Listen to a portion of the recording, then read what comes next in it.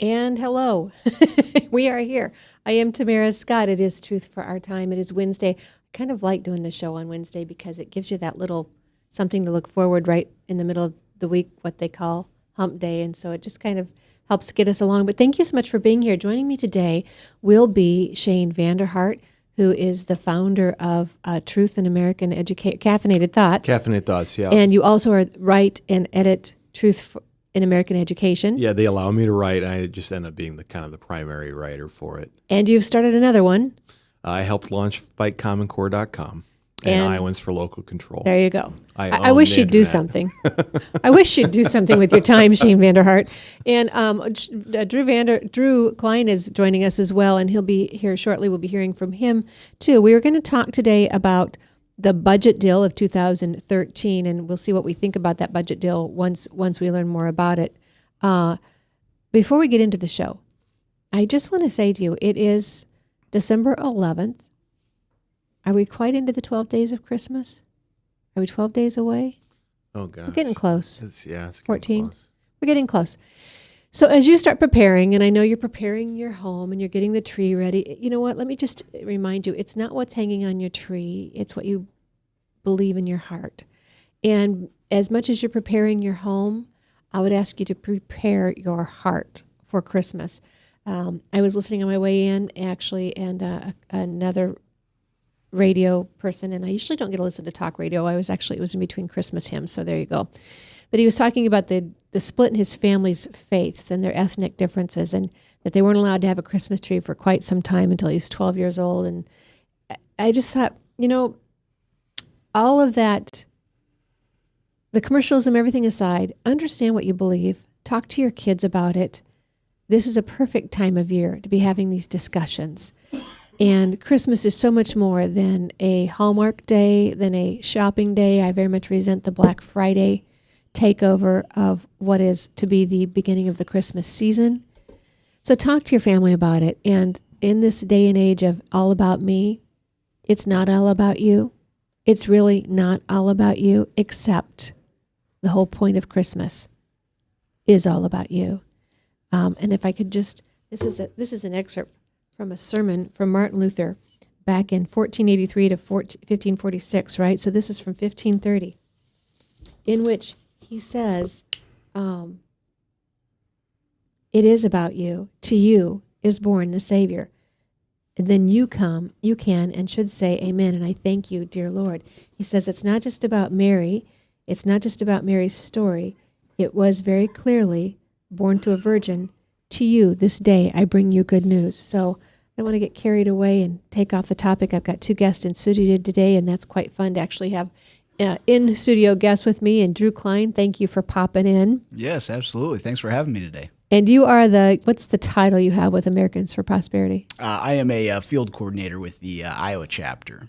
All right. So I get in here today and I say to Ryan, and my thanks always to Ryan Northfield, our producer and the man behind the glass that makes this show work, and oftentimes with not much notice because I am a deadline gal. But I said to Ryan, if I had any clip today that I was going to show, it would be the clip of Home Alone when she's standing at the airport counter, frustrated, wanting to get home, and she can't make it. And she says, "This is the season of perpetual hope," right?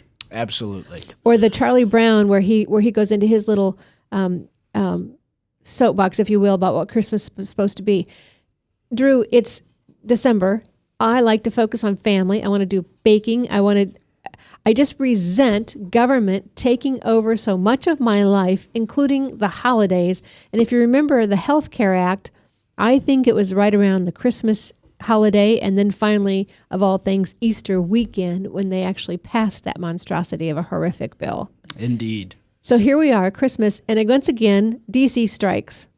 Yeah, impeccable timing. Absolutely impeccable timing. Unfortunately, we actually now, yesterday was a pretty hectic day in my world trying to figure out exactly what was going on. But last night we now officially have the Ryan Murray budget proposal. And I don't mean to be incendiary, but they talk about how this is really great for conservatives because yeah, we're gonna put aside some of those cuts in these first couple years, but 10 years down the road, there are going to be some great cuts. When our debt's really high, then we'll cut it. If you'll just indulge me for a minute, I'll paint a little bit of a word picture. This is like a father who doesn't pay child support, and his 6-year-old daughter asks him why she has to wear shoes with holes in them, and he says, "No, don't worry about that. When you turn 16, I'm going to buy you an awesome car." I think that's what we see going on here. We have a Congress that can't keep its promise for 2 years with the Budget Control Act that it just passed in 2011, already wants to put aside those sequester cuts and any sort of spending restraint, but yet they want us to believe that in 10 years, then we're really going to see some awesome cuts. How is it, Dr. David Noble says, I'm even-tempered, I'm ticked off all the time. Indeed. It just gets so frustrating. So, I'll just open this up. Frankly, thank you both for coming into the studio. It's kind of nice to have a party in here in studio with me. The show is so much fun. I get to talk to people all over the nation, but it's always nice to have faces in the room.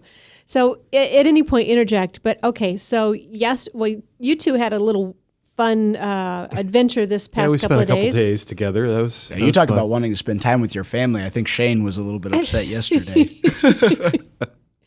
Well, okay, so the weather was cold enough here. How was it, Northern Iowa? Still cold. Even colder? Yeah.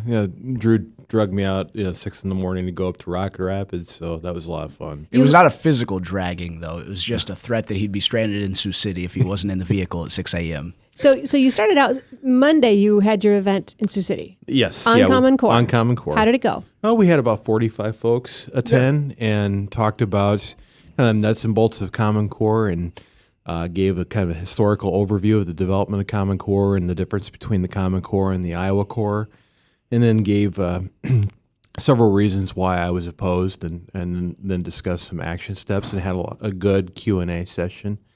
So I was pretty pleased for this kind of the first event we've done together. So people are catching on because I've done events really all over the state as well, and anywhere from 15 to 50 people show up. They're getting it. I'll be in Monticello in February, the Tea Party.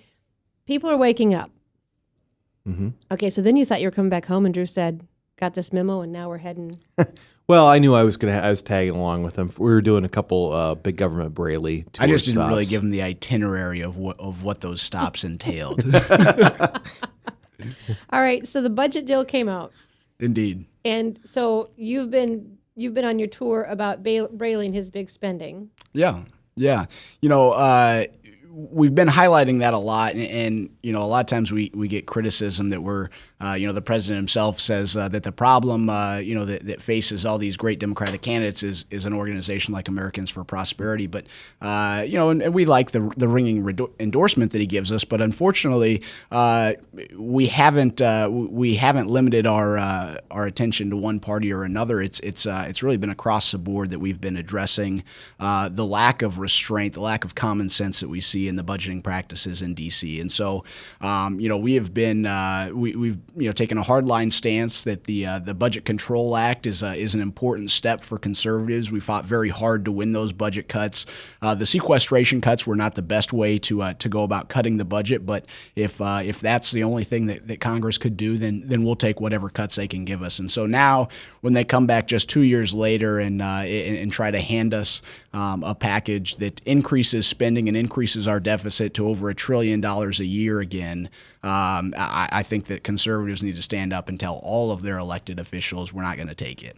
And so we've been starting yesterday and again today, and until we see until we start seeing some firm commitments from our members of Congress, we're going to start funneling our activists and constituents across the country via email and via voicemail and via phone calls into their congressional offices to really pin those congressmen down and find out where they're going to stand on this. So I'm doing a search right now, and I should have done it before the show, the Capitol Hill switchboard.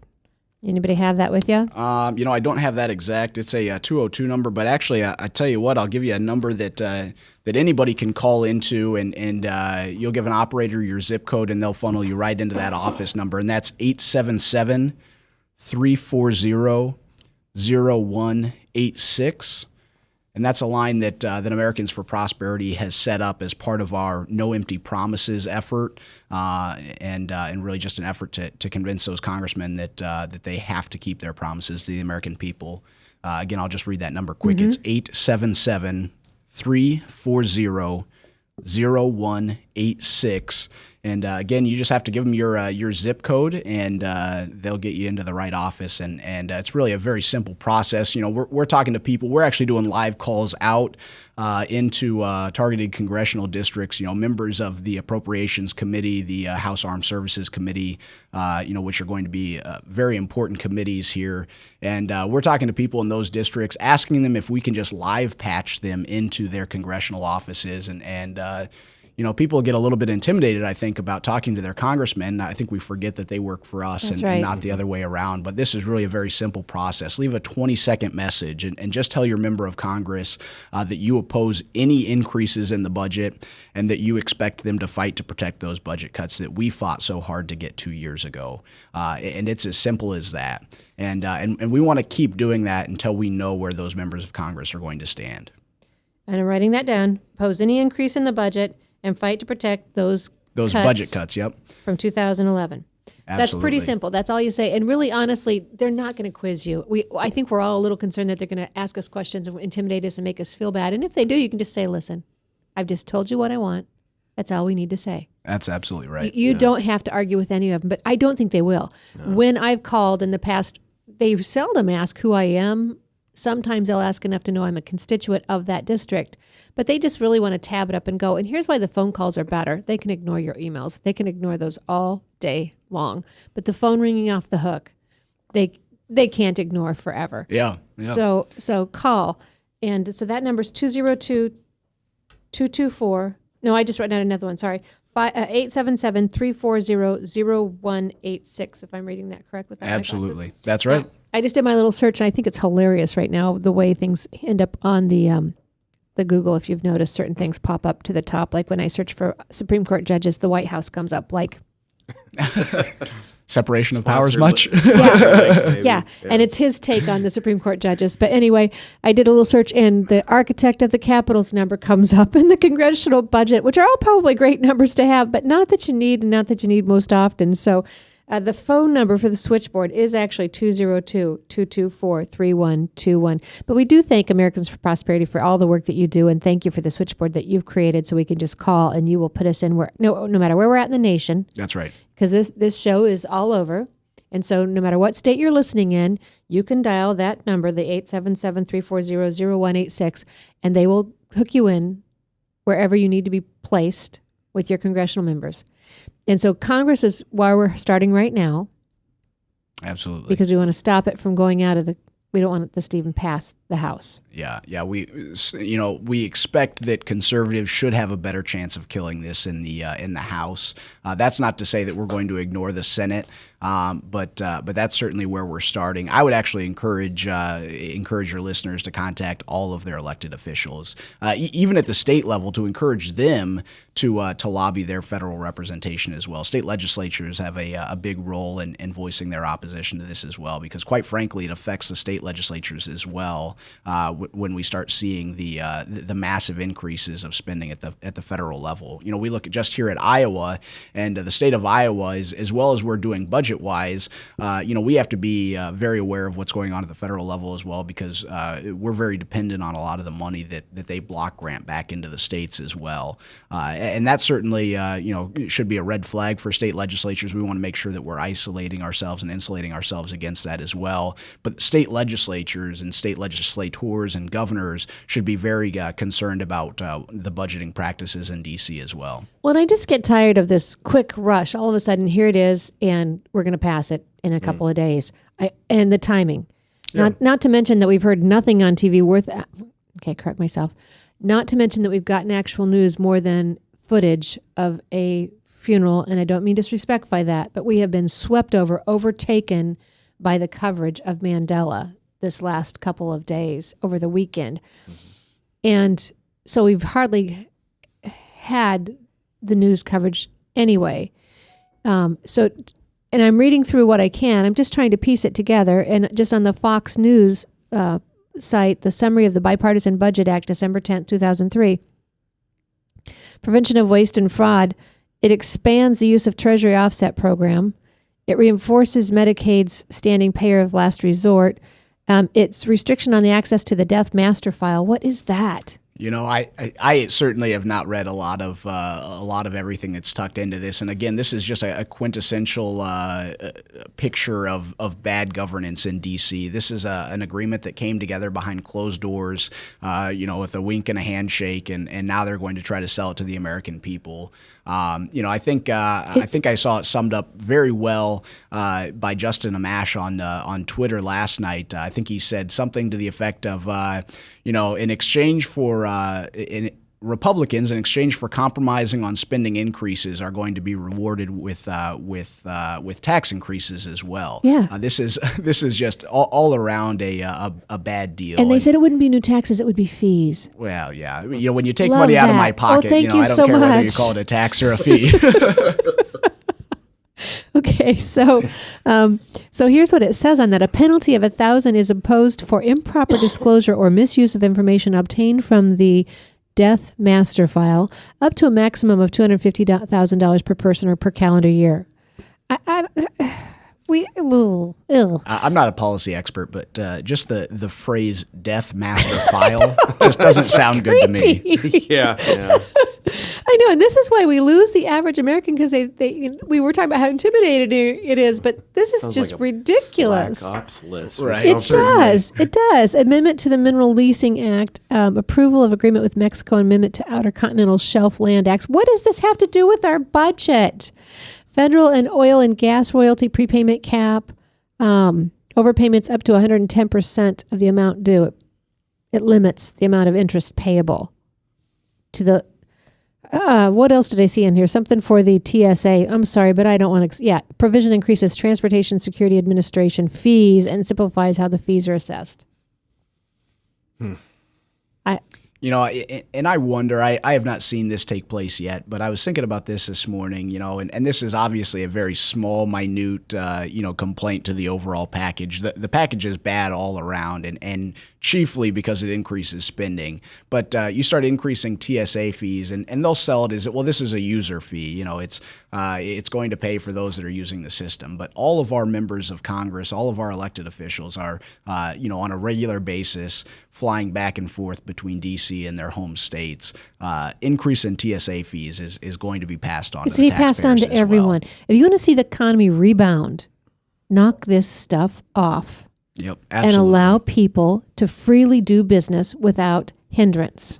Yeah. Well, and the one thing I find extremely interesting is, again, let's look at the TSA fee increases.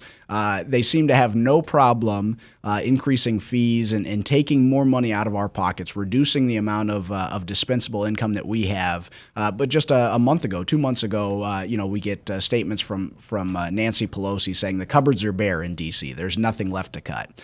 So you try to take $1 out of the budget of D.C. and they cry foul. People are going to die in the streets. The sky is falling. But they certainly have no problem reducing discretionary income in American households. And we just saw the big march on the McDonald's and the Burger Kings because the unemployment. Does AFP have a stance on the minimum wage? We do. It's certainly not something that we're out campaigning on a regular basis. But unfortunately, the minimum wage is not a program that's going to help America's poor and America's struggling. Quite frankly, the minimum wage has killed opportunities for workers, new workers in this country, to learn skills and improve their ability to become a marketable employee that can go out and earn a good wage. And as employers are less able to hire more workers because of the minimum wage, we're killing opportunity for people to rise and climb that ladder. Absolutely. And to me, to go back to your example of the 16-year-old getting a car, it'd be like saying, I'm going to give you that car. I'm when I'm going to charge you so much money for gas, you'll never be able to drive it. Certainly. Because even if you get this minimum wage through, again, the cost is going to be passed on. And if you can't afford that Whopper and that Big Mac, those places are going to have to tighten their strings or close their doors, and it's going to come back and impact you. Or some workers are going to lose their jobs. Well, we see already a lot of fast food companies, and not necessarily just fast food companies, but I've seen stories about Applebee's replacing servers with tablets on the tables. We're going to start see employers like that replacing humans with machinery because, quite frankly, it's cheaper for them to operate that way. I think I saw that McDonald's in maybe it was in Italy, one of the a European country, either way, is no longer going to have a person at the register when you walk in. Instead, it's going to be a touch screen machine that you come in and place your order. I think people on the left have to be extremely careful as they make this argument that they want these low wage workers paid more and more and more and more and more because business owners are going to find more and more ways to replace those individuals. The hope of healthcare cost us the 40-hour work week. Indeed. The promise of a minimum wage increase is going to cost many their jobs, and most of us the ability to stop it and get a cheeseburger because we just won't pay it. Well, I'm just appalled when I see fast food workers wanting $15 per hour when our military members, enlisted folks, do not make that much an hour. When you consider how many hours they put in a week if they're deployed. It's just, it's insane to me. How do we help people understand it's not what you're earning, it's what life is costing you that is out of hand?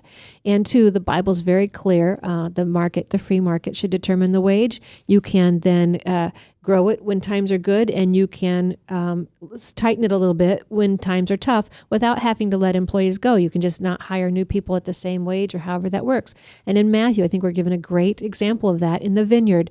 So again, if God expects you to live through it, he's giving you directions how to do it. It's already been done. It's a done deal. So we've got to go to a break. We'll be right back. I am Tamara Scott. This is Truth for Our Time. Wednesday, you can join us. We're powered by webcast1live.com, but you can join in the conversation when we come back at 855-244-0077. My thanks to Drew Klein, Shane Vander Hart. Stay with us. We'll be right back. Hey, psst. Let me let you in on a little secret. You ready? Always try to do business with people, not places, especially if you seek honest Christian business people. And when it comes to my car, I really need to trust who's working on it. Now, my family is so blessed. A few years ago, we found a family-owned automobile repair shop that operates as a Christian business also.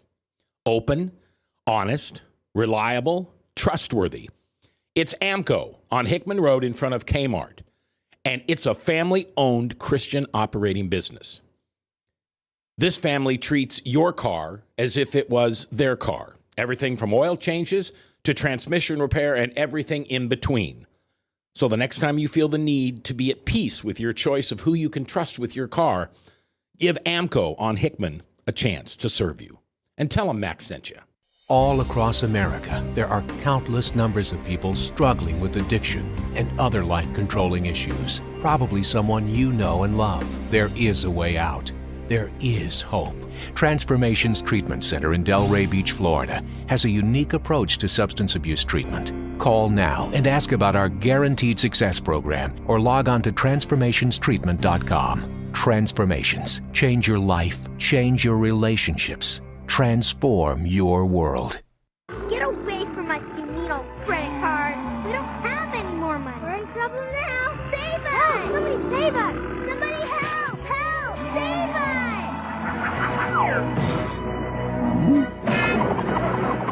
Hi, I'm Tom Coates from Consumer Credit of Des Moines. If your credit card's a little too animated, give us a call.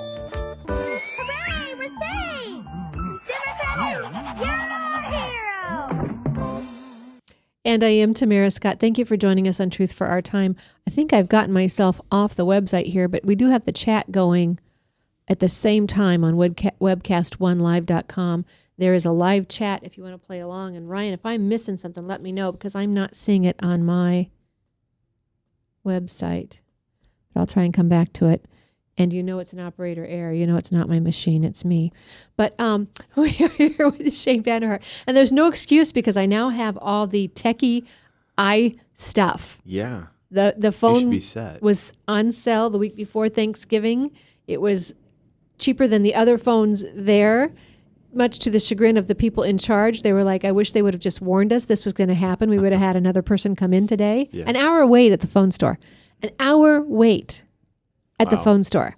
I really hate lack of customer service. Mm. I hate it when we've forgotten the whole point of the free market and servicing demand. Anyway, Shane, thank you for joining me. You have been active in this Common Core stuff for I don't know how long. Yeah, 3 years? 3 years. Yeah. It's gone by quick. I know Concerned Women for America has been active from the get-go. Tanya Diddy, Georgia State Director. Oh, gosh, I think it was 2005 maybe when she started warning me in Washington, D.C. what was coming. She saw it coming, the moving away from textbooks, going to computers. The danger of that, your parents, one, they can't see the textbook. They have no idea what you're being taught.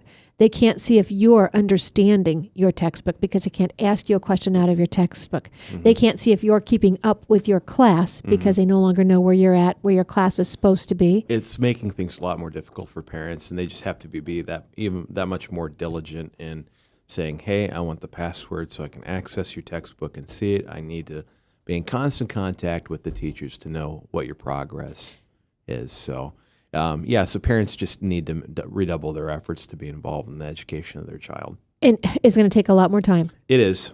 And for me, I finally decided it took a lot less time to homeschool than to investigate, evaluate, and deprogram my kids. Yeah, we found out as well. It doesn't take much for me to be able to connect with my kid's teacher that way. So When you homeschool. Hey, honey, how are the kids doing today? So, All right, and back to the textbook thing. You also, one, you don't know where they're keeping up with the class, if they're even going to make it through the textbook that year. There are just so many issues with it. But say you have the password. Is there a concern for some of you? Certain passwords allow you into, like a password may allow me into this much of a website, but another password may allow me to a whole deeper level. I guess I don't know that much about My concern is if you're a parent, is that password not going to let you see the other stuff in the textbook that they don't want you to know about? I would be, well, I don't know how they have that set up, so I guess I can't really speak to that.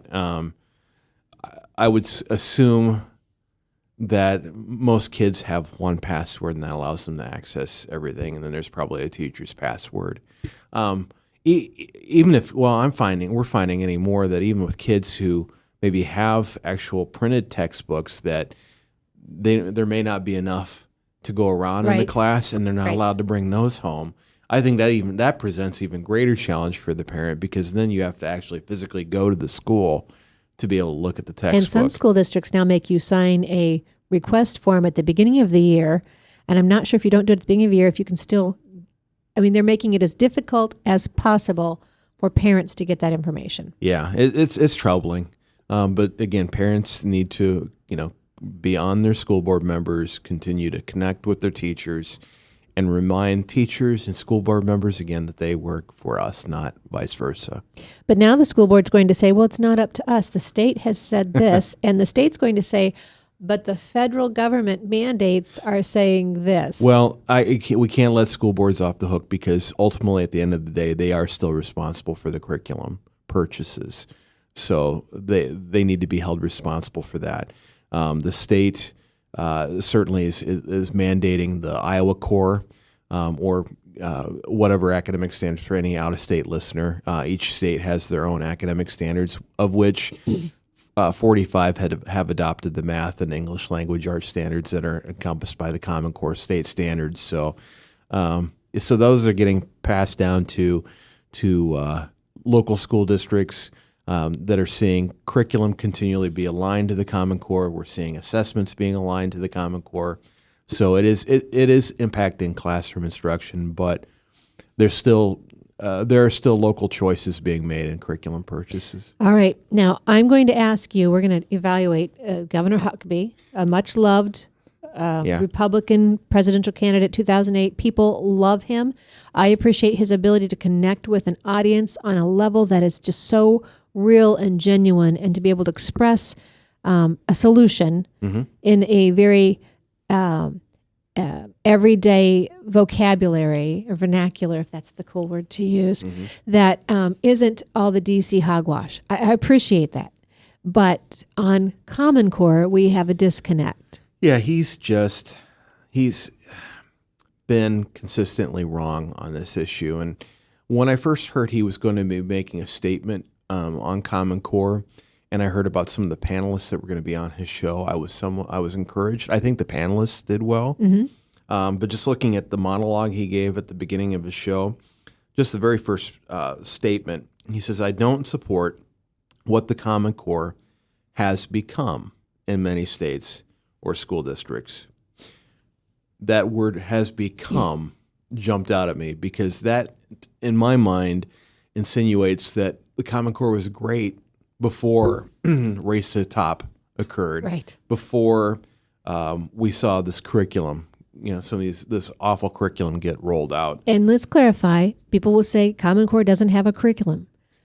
But Yeah. because we teach to the test, Common Core curriculum aligned. Aligned tests. Yeah, and there's an expectation that schools use curriculum that is aligned to the Iowa Core in the state. Governor Branstad has stated that during a press conference that schools be using curriculum that's aligned to the Iowa Core, which again, And we can't get curriculum to the Iowa Core, so it's going to be to the Common Core. Yeah. So, and it's what we're finding. I mean, we're finding history books saying, "Hey, Common Core aligned." I don't get that, since yes, there are some literacy standards that are connected to history, but why you need to actually have a textbook that's actually says it's aligned to the Common Core? There's not that many standards, and it shouldn't impact the actual textbook that you use. So yeah, we are seeing that, but there are inherent problems with the Common Core, with the content of the Common Core that existed at its very beginning with the development. So I'm concerned that he's painting a picture of the Common Core that's not reality. Well, let's come back to the beginning, because he wants to talk about the National Governors Association as if it wrote the standards. But Achieve, he mentions Achieve, and as soon as he mentioned Achieve was a red flag for me, because Achieve was a Gates foundation. Achieve received a lot of money from the Gates Foundation for the development of the Common Core. Achieve is actually an entity that was actually launched by the National Governors Association, but they are their own separate entity now. But basically the three partners involved in Common Core development that consist of the Common Core State Standards Initiative would be National Governors Association, Council of Chief State School Officers, and then Achieve Incorporated. I am looking at we look at for instance, the writing teams that were involved. No classroom instructors that were part of, K-12 classroom instructors were part of the writing team. You didn't have any child development experts, which would have been probably useful when they were writing the early elementary standards that were part of the writing team. The fact that, for instance, we're pushing STEM, science, technology, engineering, mathematics on these kids, but yet these standards do not adequately prepare kids for STEM.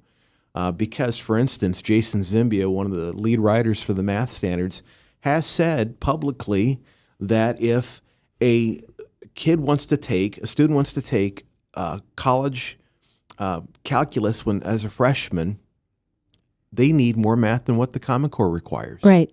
But yet we're pushing STEM. And is it him That or doesn't make James sense to Milgram me. that says most kids won't be able to get into a 4-year selective college? They'll be able That's to possibly get into a community college at best, and some may need remedial help. Exactly.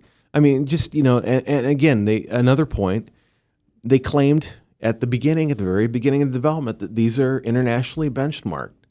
Well, it ignores what the leading countries in math were doing, as well as Massachusetts.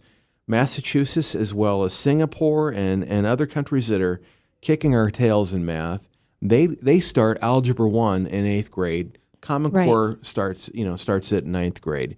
This existed at the very beginning. This has nothing to do with the Federal Department of Education jumping in and with the Race to Top grants. And that's an easy that's an easy boogeyman for some people who want to try to ride the fence to point to, well, I don't like the federal involvement. Well, frankly, I have to call foul on him saying even that, because I'm trying to find here. And while you're finding that, the National Governors Association, Joy Pullman says they have taken federal funds. Mm-hmm.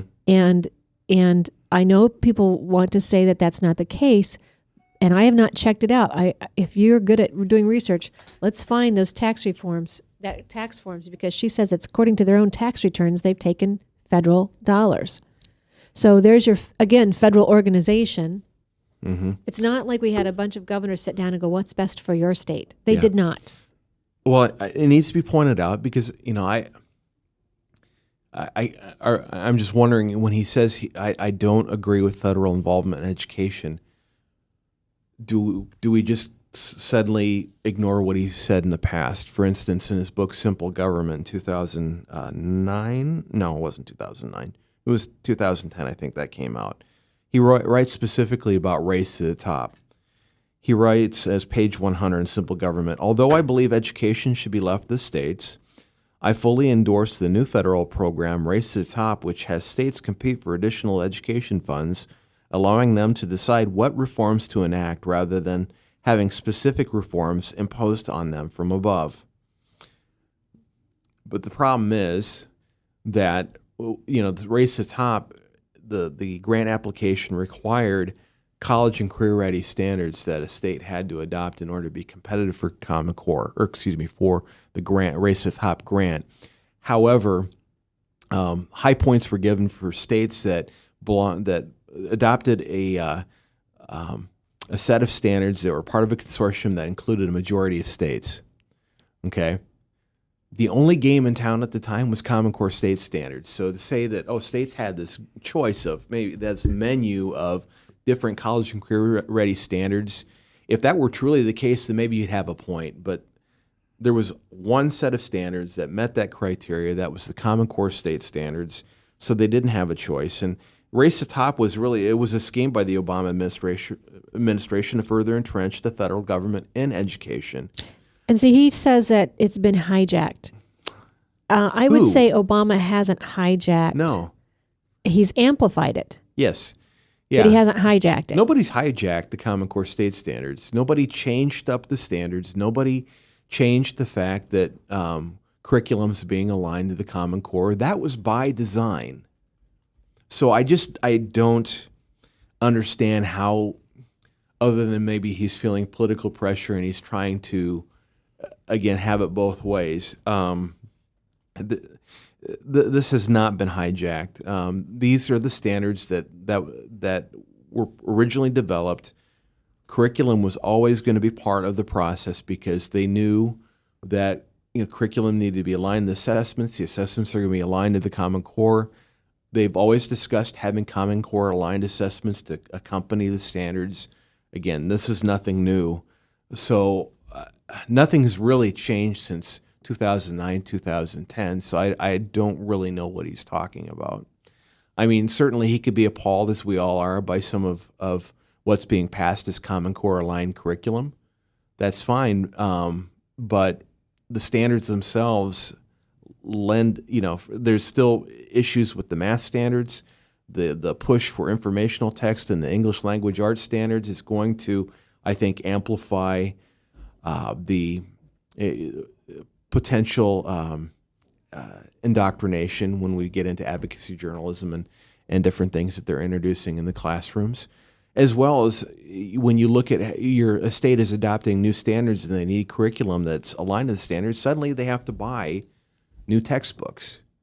Right. So, And here's just a note. Why is it we all have to now have these Common Core aligned textbooks? If you're just teaching World War II, you're teaching World War I, if you're teaching the formulas to chemistry, if you're teaching geography, geometry, aren't the answers the same? Aren't the formulas the same? The dates the same? The fact that we have to have a Common Core aligned book should be an alert to every parent. I reject that we need it for Common Core aligned books for history, for science, because again, that really encompasses more math and English language arts. I can understand possibly the need for them in math and ELA because of maybe having that content organized by grade as you see it laid out in the Common Core state standards.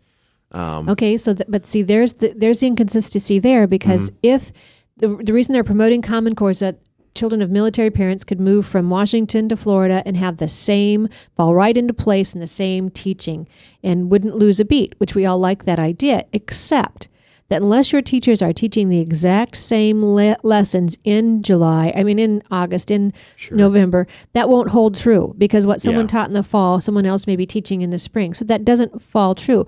And the other thing we hear is that teachers we see the textbooks and it's a script. We're hearing that it's nothing more than a script. The teacher's becoming a facilitator. At least some curriculum, yeah. Yes. And so unless that's the case, you won't know what someone is teaching or not teaching. That's true, and they've said to us too that these will be implemented differently by schools. So that kind of, again, there's going to be enough differences in interpretation, implementation by school district that I think it invalidates the argument of, this make sure that each if a kid transfers, they're going to be on the same page when they go to a different school, because it is going to look a lot different. All right, we've got to go to a break. I am Tamara Scott. This is Truth for Our Time. We're being powered by webcast1live.com. You are welcome to join in the chat. You're welcome to call in at 855-244-0077 after the call. And if you have thoughts on the Huckabee Show, we'd love to hear from you. If you were going to meet with him, what would you say to him?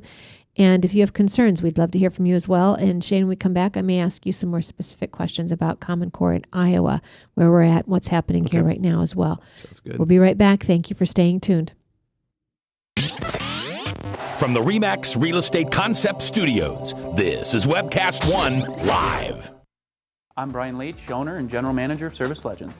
I brought along a couple of the home comfort heroes. Hi, I'm Tammy Wells. I am Nick Wondershad. I'm administrative manager I am the senior technician from Service Legends. It seems like every good thing, when you feel it to the bone that it's good, there's a lot of hard work put behind it.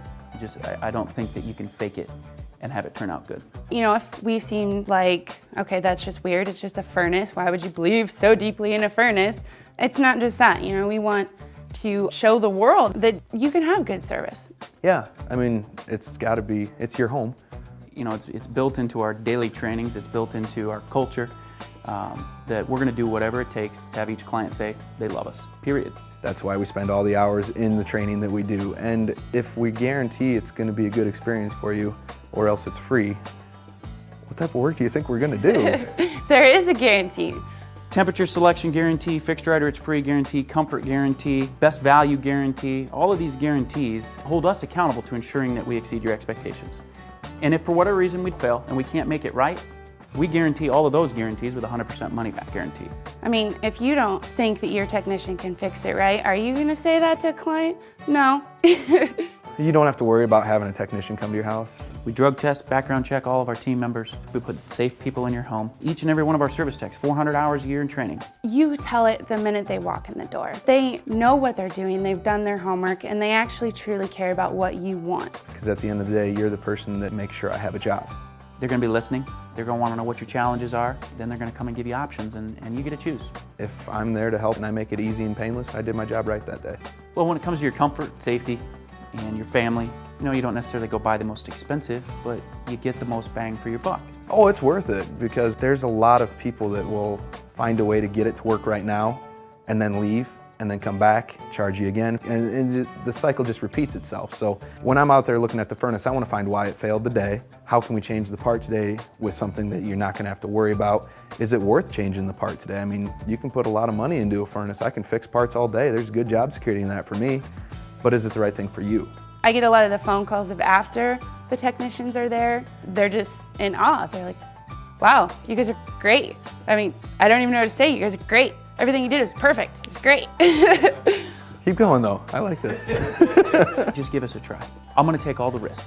I've got the time to make this right. I've got the support to make it right. Just check us out. And if you don't see the value in what we do, fixed right or it's free or 100% money back. enough said.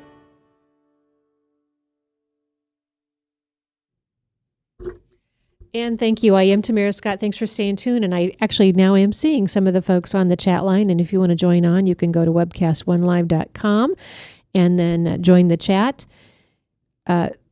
Leslie is saying that the CCSS, Common Core State Standards, is developmentally inappropriate. No childhood development experts were involved. That's true. We get that. That's correct. Yep. We're now seeing some of the concern coming out of kids are just they're stressed. I mean, getting kindergartners to think algebraically, just getting kids to think also abstractly at an inappropriate age as well when they're not equipped to do that. When you say inappropriate, we often think that morally or content-wise, it's inappropriately. No, it's just when I say inappropriate, I'm just talking about they're just expecting kids to do things that they're just cognitively not ready to do. Yeah. Yeah. And honestly, last week's show, a terrific show. Meg Norris, the teacher who wrote I Love You and I Believe in You, and Dr. Mary Cowell, psychotherapist, were both with us. Okay. And I would invite people to go back and listen to that podcast. Very good podcast. Kids pulling their hair out. Yeah. We played the video of the teacher talking about the student stabbing himself with his pencil because he was so frustrated over what they were asking him to know that he just could not.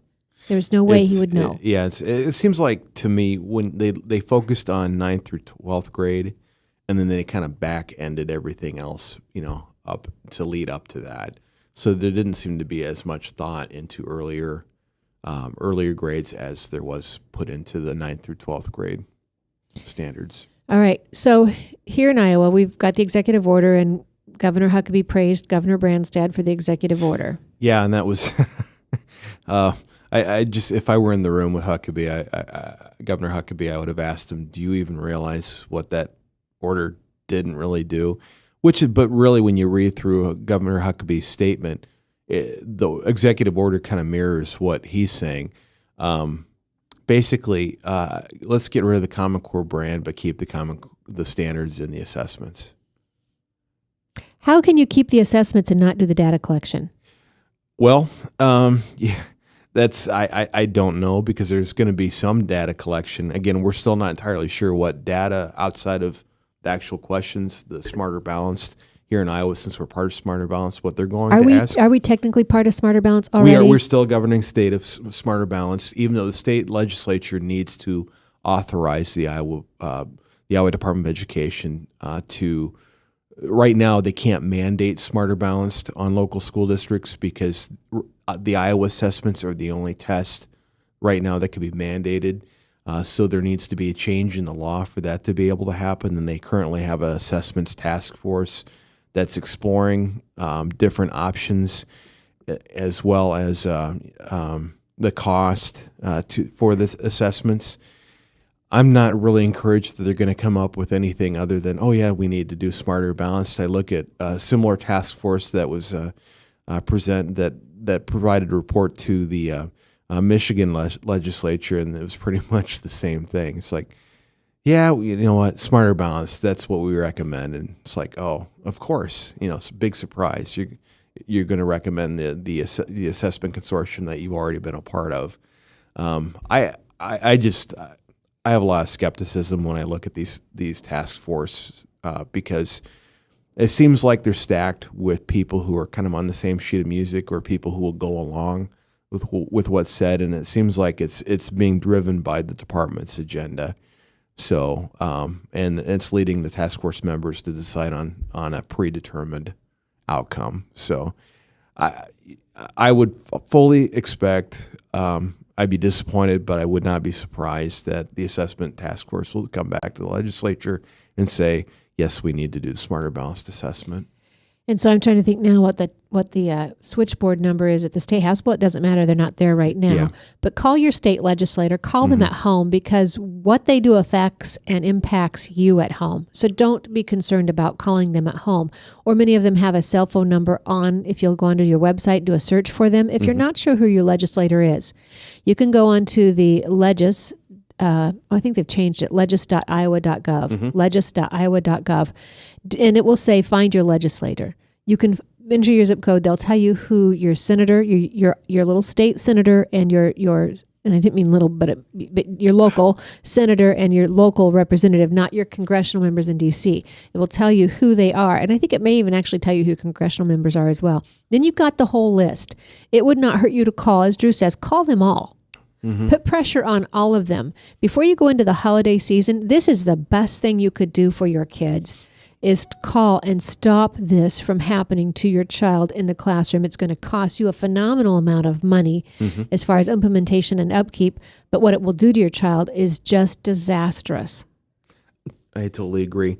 And I would also encourage people to also find the list. There's a link for committees, and you want to find the House Education Committee and the Senate Education Committee and start contacting those members as well. Okay, good advice. Now I want to come back. So the governor's executive order kind of, as you've said, doesn't really do a whole lot, but it kind of gives us the impression that Common Core is not a good thing. It says it rejects a federal involvement in education, kind of like what Governor Huckabee's doing, and that's all well and good, but the horse is already out of the barn. It didn't go far enough. It didn't pull us out of the Common Core State Standards Initiative. It didn't say stop to the Smarter Balanced Assessment. It had I appreciated the language regarding data collection in the executive order, basically saying no student level data, only aggregate level data will be provided to the feds as required by federal law. So no student level data. And I wouldn't go with federal law because federal law could mess you up. Yeah, well, that's true. And it's and again, even with that, I don't think we should just stop there. I think we need to have something codified, absolutely, to protect student data. So like no collecting it without parents' permission. Exactly. Period. Exactly. Let parents understand every time you're coming after their student to extract information. Once they start getting that idea, then you might understand how much they're collecting and what they're collecting. But here's another thing, and I didn't know this until just recently when I was having discussions, and Joy Pullman very kindly sent me a note in the Memorandum of Understanding, and she can give you exactly where it's at. States agreed that they would change state law to comply with the unspecified data requirements yet to be determined. They're not going to be done until 2014. So we don't even know yet what that data requirements is going to be, what the fields are going to be. It's unspecified, but we've already said in our Memorandum of Understanding back whatever year I'll that have to was, reread that. Yeah, that we would change state law. So Shane, it won't matter what state laws we make if we're going to have to change them anyway, because that Memorandum of Understanding, it's almost like a UN treaty having more power than our state laws. Yeah, and we just, we ultimately need to, and she's talking about the Memorandum of Understanding with Smarter Balance, correct? Memorandum of Understanding, I can go back and find that email. That's okay. Well, again, I think that it just underscores that we need to pull out of Smarter Balanced. Kansas just did it. I think they had a lawsuit yesterday, going, didn't they? Against their adoption of the next generation science standards.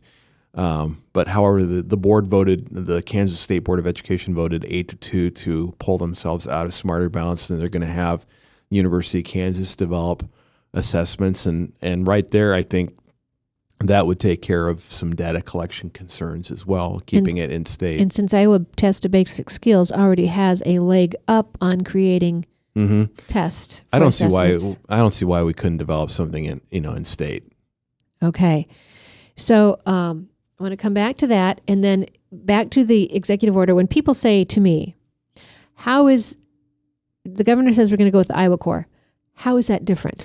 Okay, well, Iowa Core involves more subjects: social studies, science, math, English, 21st century learning skills. Okay, that right there. Have you seen those? It's been a while since I looked at them. They're concerning. Yeah, it's broad and nebulous, and those were added in 2008. The Iowa Core was originally passed into law in 2005, expanded to include 21st century skills as well as to be mandatory in 2008. 21st century learning skills. Gosh, I wish I had that in front of me exactly. Here's what people are telling me when they get into it.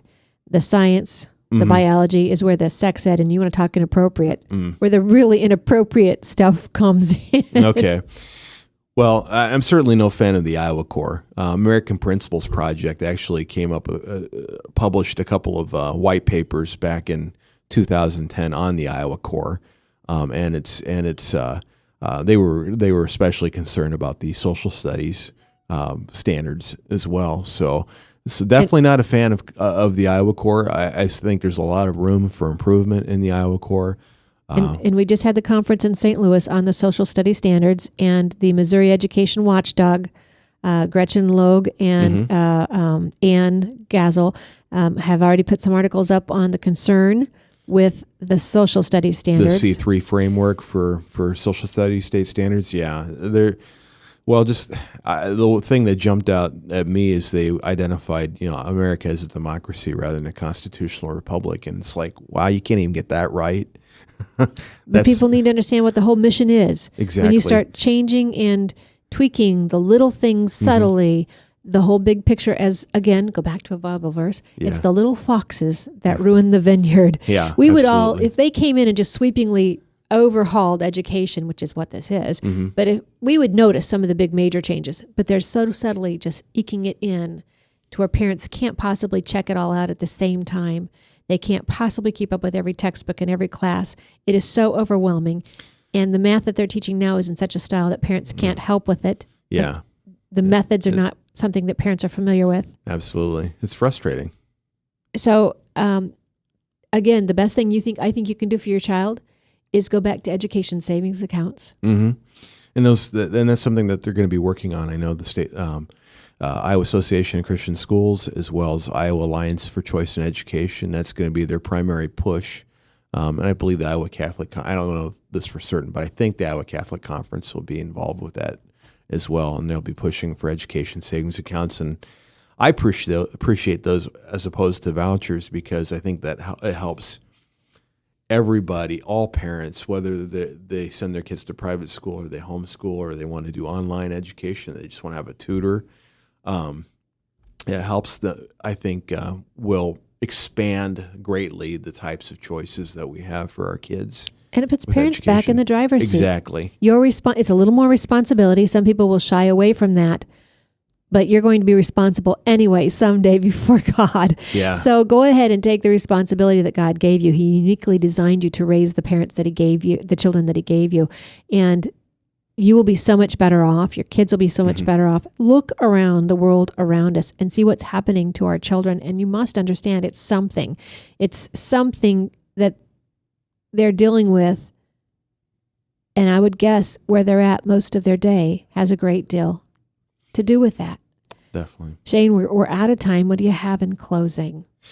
I would just, again, Next Generation Science Standards will be the next big thing that the Iowa State Board of Education will determine. There's a list on the Iowa Department of Education website of those members with contact information. Call them. Tell them, you know what? No to Next Generation Science Standards. We need to reject these. If you think we need to improve our Iowa Core science standards, which we probably do, there are some great state models that, for instance, the Fordham Institute gave a higher grade to than the next generation. Massachusetts, I think, was one. Indiana or Kansas had some good science standards. Indiana has some good science standards. South Carolina as well. Look at some of those states that were leading the nation in the rigor of their science standards. And, if we're going to look at models, look at those, but we don't need to adopt next generation science standards, which were given a C. C. When we have a D, they only raise it to a C. And if we're going to go with the expense and the overhaul, let's shoot for an A. Exactly. So, even if we don't expect every child to come out perfect and a 4.0 A student, should we not have that be our goal? Yeah. If not, what are we wasting our time doing? Absolutely. Shane Vander Hart, as always, thank you for coming in Very welcome. to the studio with me today and discussing this. It is a conglomerated, if you look at some of those photos that have the flow charts, and I think Meg Norris on her Facebook page, I think she has that as her banner. Some of these, the many facets, the different tanglings, it is impossible to unweave all the different varieties, and where all the different holds and entanglements is just the best way to say it, of a corporate common core. It is just the corporate common core. And so keep listening, keep tuning in. We'll wade you through it. We'll give you the tools you need. But again, all you have to do is call your state legislator, your state senator, and tell them, not my child, not NGSSS, not Common Core, not Iowa Core, not Smarter Balance, not Park. We can do better for our children. Mm-hmm. And you could do better with just 2 or 3 books at home than all the stuff they're going to get at school that's going to frustrate them and not help them academically, beyond psychologically and everything else that it's doing to these kids. I am Tamara Scott. We're out of time. Thank you for tuning in. For more information, you can go to Stop Common Core in Iowa, Stop Common Core Iowa, the Facebook page. It's Shane, local for Iowans for localcontrol.com and truthinamericaneducation.com. All right. We're out of time. Be encouraged. Never be complacent.